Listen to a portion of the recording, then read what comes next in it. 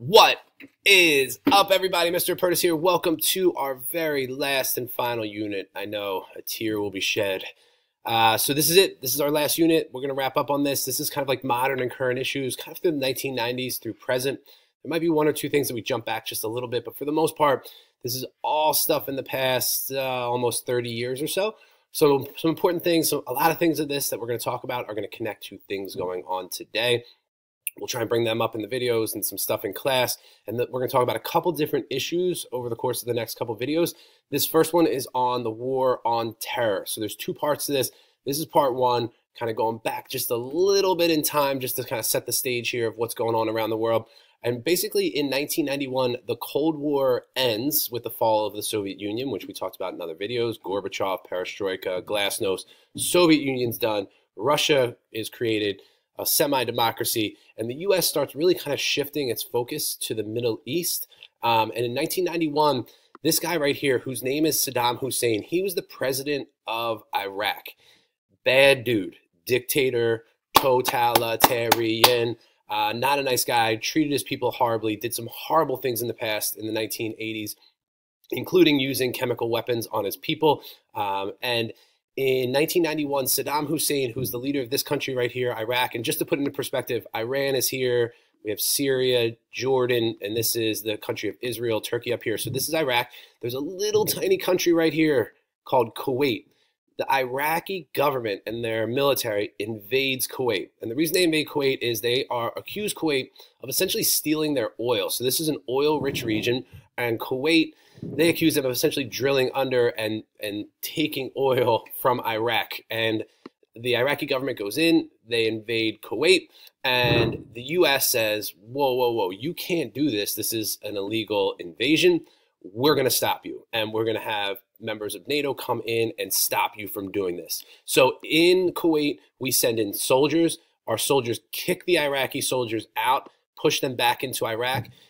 There's a theory in the early 90s under this is the first Bush, George H.W. Bush, that they are going to invade Iraq and overthrow Saddam Hussein. But the theory at the time is, and what the commanding officers say is, if we try and invade Iraq, if we try to overthrow Saddam Hussein, we're going to be there for a decade or more, and it's not worth it. So we kick the soldiers out of Kuwait, push them back into Iraq, and then that's it, we stop. And Saddam Hussein goes back into his country. We put what are called sanctions on them. We don't trade with them. We put strict military enforcements on them to make sure that they're following certain rules. So, but that's on the side burner. That's 1991. Kind of fast forwarding a little. In the late 90s, there's a terrorist group that starts. This is different from Iraq, okay? So this is a totally different group. They're called Al-Qaeda. And Al-Qaeda is an anti-West terrorist group. They don't like the United States. They don't like Western European countries. They don't like the country of Israel, which, if you remember, was created through the Zionist movement, and the Jewish people got their own country after World War II. And remember, after World War II, when the Jewish people got their country, there were Muslim Palestinians who were kicked out of that country. And Al-Qaeda looks at all of this kind of meddling of the United States and of Western countries, and they attempt to form a worldwide terrorist organization. And they recruit people from all around the world, and they are religious fundamentalists, meaning that they believe that Islam is the way of life, and Islamic thoughts and ideas and religious beliefs should be put into practice, and that if you are against Islam, you are kind of an infidel. You should be eradicated from the earth. So they call for what is called a jihad. A jihad is just a word used in, it's an Arabic word. It's used in Islam just to mean a holy war. So their belief is that there's a holy war going on right now between Muslims, strict Muslims. I mean, not Muslims who are like Ataturk, Turkey Muslims. We're talking like who believe in Westernization. We're talking people who don't believe in this belief of religious fundamentalism, the Quran or nothing. And this is their leader, Osama bin Laden. I'm sure you've seen his picture before. I'm sure you've heard of him before. He is the leader of Al-Qaeda. I just want to clarify this. This is Saddam Hussein. He was the president of Iraq. This is Osama bin Laden. He is Al-Qaeda. Two different people. Sometimes people get confused because even people who lived through this in the early 2000s get confused of what's going on. So here's the deal with Al-Qaeda. Their main way of is to carry out terrorist attacks. That's their main method and kind of operation methods. So in 1993, Al-Qaeda carries out their first kind of high profile attack, and they bombed the World Trade Center in New York City. So they drive a van into the parking garage underneath the World Trade Center. They detonate the bomb, and it explodes. It does not take the Twin Towers down. It doesn't take the World Trade Center down. People die in the process. Obviously, it causes a lot of destruction, but it's very localized. And this kind of puts terrorism on the forefront in Americans' minds, Islamic terrorism. In 1998, Al-Qaeda attacks the U.S. Embassy in Kenya. Kenya is in Africa. Our U.S. Embassy was bombed by Al-Qaeda members. And in 2000, there's something called the USS Cole attack. This is an American ship and a speedboat with Al-Qaeda operatives on it, with bombs, with explosives on it, literally goes right into the side of the ship and explodes. So these three attacks, and I just want to point this out, that Al-Qaeda didn't just pop up out of nowhere. They had been carrying out terrorist attacks around the world, led by Osama bin Laden. And on September 11th, 2001, the Al-Qaeda carries out probably one of the most sophisticated terrorist attacks ever. There are hijackers, and there were 19 hijackers, and this is them. They hijack 4 different planes at pretty much exactly the same time. So, and these are each plane had 5 guys. One of them, at least one of them on each plane was trained to be a pilot. They trained at U.S. flight schools prior to 9/11. There are kind of a guy or 2 guys it's believed were kind of the muscle men, and then a couple guys who were involved in like carrying it out and assisting in whatever way they could. So we got 19 guys here. 2 of the flights, coming back to this, 2 of the flights, the plan was to fly into the World Trade Center in New York City, which is the economic center of our country. So you're going to hit the economic center. 1 plane was supposed to fly into the Pentagon, which it did, and this is the destruction from the Pentagon. And the 4th plane was supposed to fly into the White House, which is our political center. So we have our economic center, our military center, the Pentagon, and the White House, which is our political center. I'm sure most of you know the story, but Flight 93 was taken back from the hijackers by the passengers, and it actually crashed into a field in Pennsylvania before it could fly into the White House. So this happened on September 11th. We'll talk more about this in class, but I just wanted to give you kind of a quick overview in here. The response by the United States after 9/11 says, we are going to start what's called the war on terror. We're going to stop these terrorist acts. We can't allow these terrorist attacks to be carried out in this country. And they are going to target, the United States targets a group called the Taliban. Now, if you're following all these names, it gets very confusing, and it was confusing people who lived through this. The Taliban is the name of the government in Afghanistan. They supported this terrorist group, Al-Qaeda. They allowed Al-Qaeda to operate within their country.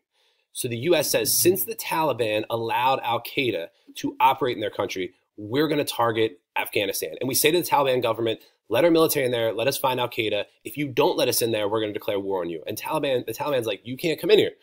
And the U.S. declares war on Afghanistan.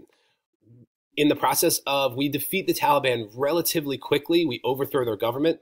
And in the process of doing this, we put a new government in power, which is we consider to be pro-West. So this new government allows for the voting right for women.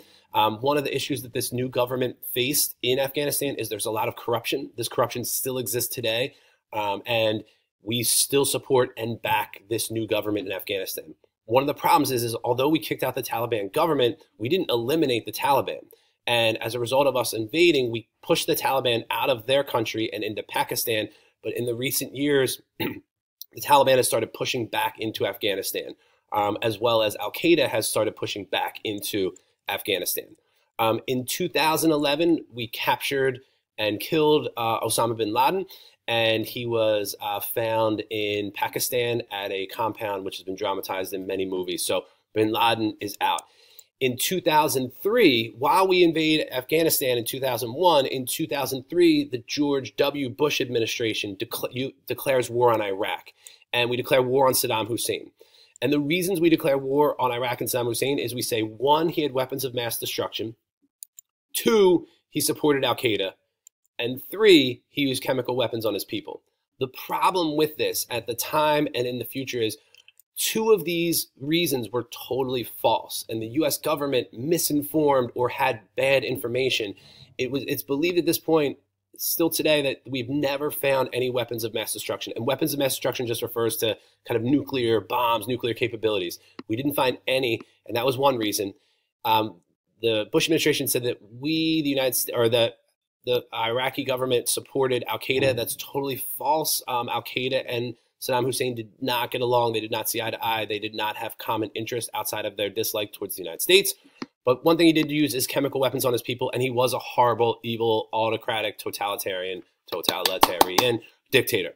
So the first two reasons proved false, but we declare war on Iraq. We go in, we invade Iraq. By December of 2003, we captured Saddam Hussein. He was living in an underground bunker. This is what he looked like when he was captured. This is him. He's put on trial by the Iraqi people, and he's eventually hanged by the Iraqi people, and he died in, I believe, 2004, 2005. One thing with the impact of these two wars, there are a lot of people who die as a result of these two wars. 12,000 military police, allied troops. We had between Iraq and Afghanistan, almost 4,500 American soldiers were killed. U.S. contractors who were there to help rebuild the country were also killed. One of the criticisms of these two wars is the amount of money that it cost. These two wars cost trillions of dollars, and a lot of people by the end of 2000, like around 2010, 11, or 2007, 2008, really start questioning why we got involved in these two wars. So there's a lot of war, a lot of people in favor in the United States of war when it first started, and then by the time we get to like 2007, 2008, a lot of that tide has turned. And one of the reasons why President Obama was elected in 2008 was he was one of the few candidates running who had come out against the war from the beginning. And that's one of the things that propelled him into power. So a lot of stuff to chew on there between Saddam Hussein and Iraq, Al-Qaeda and worldwide terrorism, and Afghanistan and the Taliban. We'll go over all of this more in class. As always, there's a lot of stuff here. Ask questions in class, write them down, talk to me. Hope this makes sense. Next time, we'll talk about part 2 of the war on terrorism, which deals with Syria and some other volatile areas in the Middle East. That's all I got, as always.